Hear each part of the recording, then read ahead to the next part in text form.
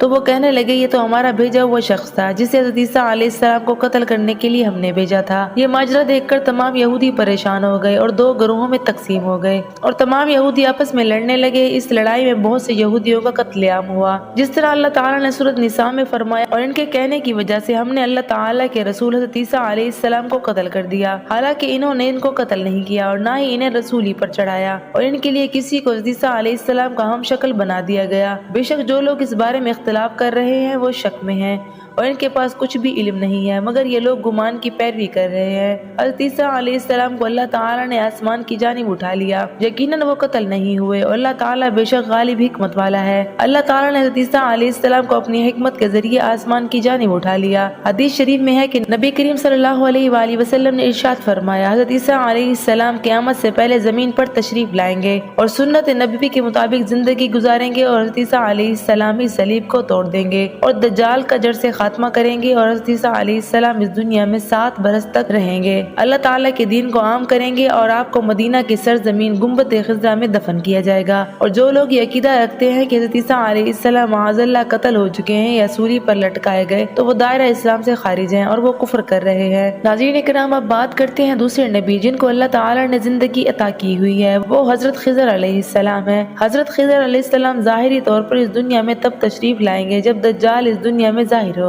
اور اپنا فتنہ اس دنیا میں پھیلا رہا ہوگا اور دنیا کے لوگوں کو اللہ تعالیٰ کے دین سے دور کر رہا ہوگا۔ تو اس وقت حضرت خضر علیہ السلام لوگوں کو اللہ تعالیٰ کے دین کی طرف بلائیں گے، اللہ تعالیٰ کی وحدانیت کی طرف بلائیں گے، لوگوں کو نیکی کی طرف بلائیں گے اور لوگوں کو کہیں گے کہ نیک کام کرو، برے کاموں سے باز آ جاؤ۔ دوسری روایت میں آتا ہے کہ نبی کریم صلی اللہ علیہ وآلہ وسلم نے اپنے صحابہ کرام کو حضرت خضر علیہ السلام کا قصہ سنایا اور آپ نے فرمایا کہ حضرت خضر علیہ السلام کا باپ ایک بادشاہ تھا۔ حضرت خضر علیہ السلام کو بادشاہ سے نوازنا چاہتا تھا، لیکن حضرت خضر علیہ السلام کو دنیا کی بادشاہت پسند نہ آئی اور حضرت خضر علیہ السلام نے دنیا کی سلطنت کو لینے سے انکار کر دیا۔ آپ نے اپنے والد گرامی سے کہا کہ میں اس دنیا کی سلطنت نہیں لینا چاہتا، تو اس طرح آپ اپنے والد سے ناراض ہو کر جنگلوں کی طرف چلے گئے اور جہاں پر انہیں کوئی بھی نہ ڈھونڈ سکا، اور وہاں آپ عبادت الہی میں مصروف ہو گئے، اور اس دوران آپ کا گزر ایک آب حیات کے چشمے کے قریب ہوا اور چشمے سے پانی پی کر آپ تاحیات زندہ رہنے میں کامیاب ہو گئے، اور آپ کا تاحیات زندہ رہنے کا ذکر کافی روایات میں ملتا ہے۔ حضرت انس بن مالک سے روایت ہے، نبی کریم صلی اللہ علیہ وآلہ وسلم کا جب انتقال ہوا تو ایک بزرگ سارے مجمع سے ہوتا ہوا نبی کریم صلی اللہ علیہ وآلہ وسلم کے جسم اطہر کے پاس آ کر رک گیا اور اس نے کچھ پڑھا اور پھر واپس چل دیا۔ تو اس کے جانے کے بعد وہاں صحابہ کرام نے پوچھا کہ یہ شخص کون تھا، تو اس مجمع میں سے کوئی بھی شخص اس کو نہ جانتا تھا۔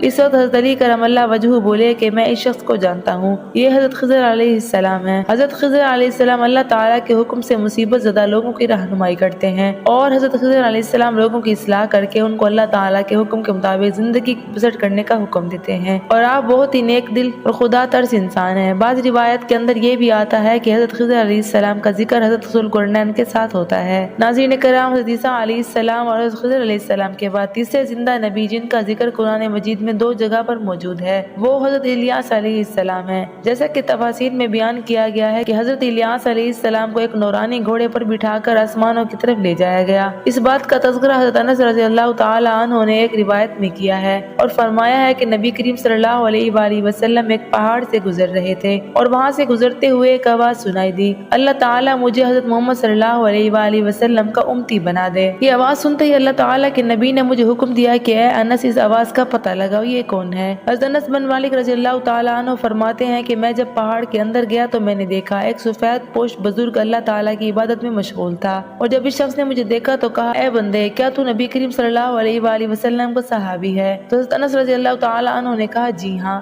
تو انہوں نے کہا میرا سلام حضرت محمد صلی اللہ علیہ وآلہ وسلم کو پہنچا دینا اور نبی کریم صلی اللہ علیہ وآلہ وسلم کی بارگاہ میں عرض کرنا کہ حضرت الیاس علیہ السلام آپ سے ملنا چاہتے ہیں۔ اور میں واپس آیا، نبی کریم صلی اللہ علیہ وآلہ وسلم کو ساری بات بیان کی اور حضرت خضر علیہ السلام کا پیغام پیش کیا اور سلام پیش کیا، تو نبی کریم صلی اللہ علیہ وآلہ وسلم نے مجھے اپنے ساتھ لیا اور حضرت الیاس علیہ السلام سے ملنے کے لیے چل پڑے۔ جب ہم حضرت الیاس علیہ السلام کے پاس پہنچے تو میں ان سے کچھ دور کھڑا ہو گیا۔ آپ صلی اللہ علیہ وآلہ وسلم اور حضرت الیاس علیہ السلام کافی دیر تک آپس میں باتیں کرتے رہے۔ تو اس دوران آسمان کی طرف سے کھانا نازل ہوا، تو اس وقت نبی کریم صلی اللہ علیہ وآلہ وسلم نے مجھے اپنے پاس بلا لیا اور اس طرح ہم تینوں نے مل کر کھانا کھایا۔ کھانا ختم ہوا تو میں نے دیکھا ایک سفید پرندہ آسمان سے نیچے آیا اور وہ پرندہ حضرت الیاس علیہ السلام کے پاس آ گیا۔ حضرت الیاس علیہ السلام اس پرندے پر سوار ہوئے اور آسمان کی جانب چلے گئے۔ بعض علماء کرام نے لکھا ہے کہ حضرت الیاس علیہ السلام حضرت خضر علیہ السلام ہر رمضان میں بیت المقدس میں تشریف لاتے ہیں اور وہاں پر روزے رکھتے ہیں اور حج کے موقع پر حج بھی کرتے ہیں، اور یہ دونوں نبی مختلف مقامات پر مصیبت زدہ لوگوں کی مدد کرتے ہیں۔ تو ناظرین کرام، اب بات کرتے ہیں چوتھے زندہ نبی کی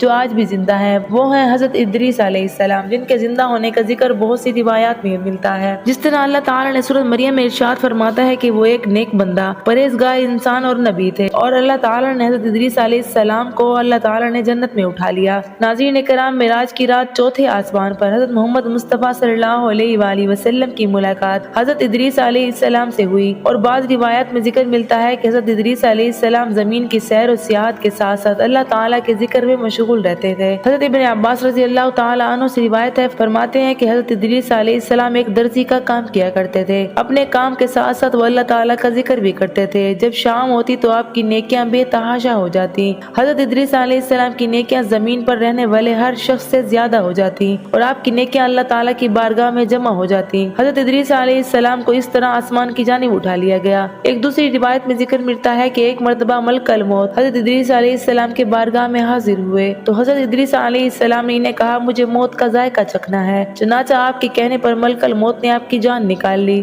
اور اللہ تعالیٰ کے حکم سے آپ کو دوبارہ زندہ کر دیا گیا۔ آپ نے کہا، میں دوزخ کو دیکھنا چاہتا ہوں اور میں جنت کی بھی سیر کرنا چاہتا ہوں۔